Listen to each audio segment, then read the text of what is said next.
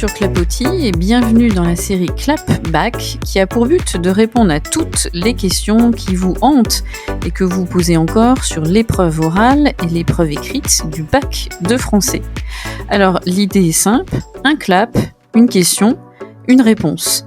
Et pour me poser la question du jour, j'ai le plaisir d'accueillir au micro de Clapotis Marie, qui est une élève de première.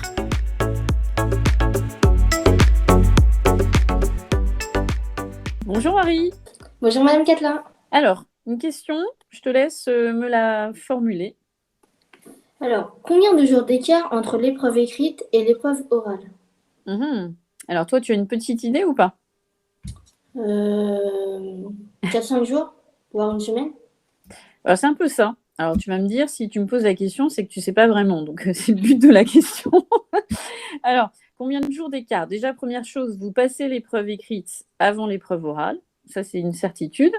Et puis, en général, vous avez, mettons, l'écrit, qui est le mercredi ou jeudi, imaginons, d'une semaine, et les oraux débutent la semaine d'après. Alors attention, ça ne veut pas dire que tout le monde va commencer le lundi d'après. De toute manière, vous avez reçu et vous recevrez une convocation pour les 2 épreuves écrites et orales, généralement fin mai, début juin, via votre établissement scolaire. Donc cette convocation papier est bien sûr à garder précieusement. Elle vous sera demandée aussi bien le jour de l'épreuve écrite que de l'épreuve orale. Donc il faudra fournir ce papier avec votre pièce d'identité.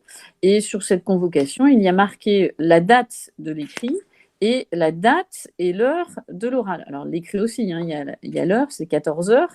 Et l'écrit, donc c'est 14 heures, pardon, et l'oral, vous avez votre date et votre horaire avec, bien sûr, de notifier que vous devez vous présenter 30 minutes avant le début de l'épreuve. Mais de toute manière, là, pour dire combien de jours il y a d'écart entre l'épreuve écrite et l'oral, là, la réponse, je ne peux pas en donner de façon assurée, hein, Marie, puisque tu vas avoir des élèves de ta classe qui vont passer dès le lundi d'après, et toi, tu peux, heureusement ou malheureusement, ça dépend le cas de figure où tu te places, tu peux passer 4, 5, 6, 7, 8 jours après.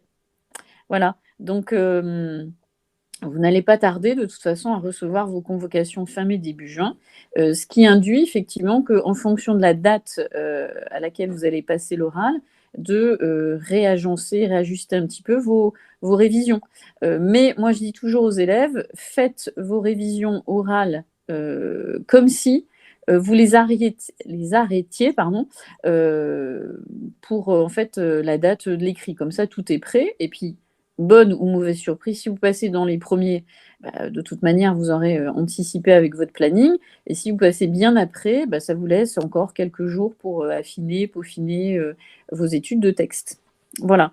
Est-ce que d'autres remarques te viennent à l'esprit par rapport à ce que j'ai dit? C'est clair ou il faut que je précise des choses? Je pense que c'est bon. Merci Madame. Eh bien alors, bonne révision, Marie. Merci.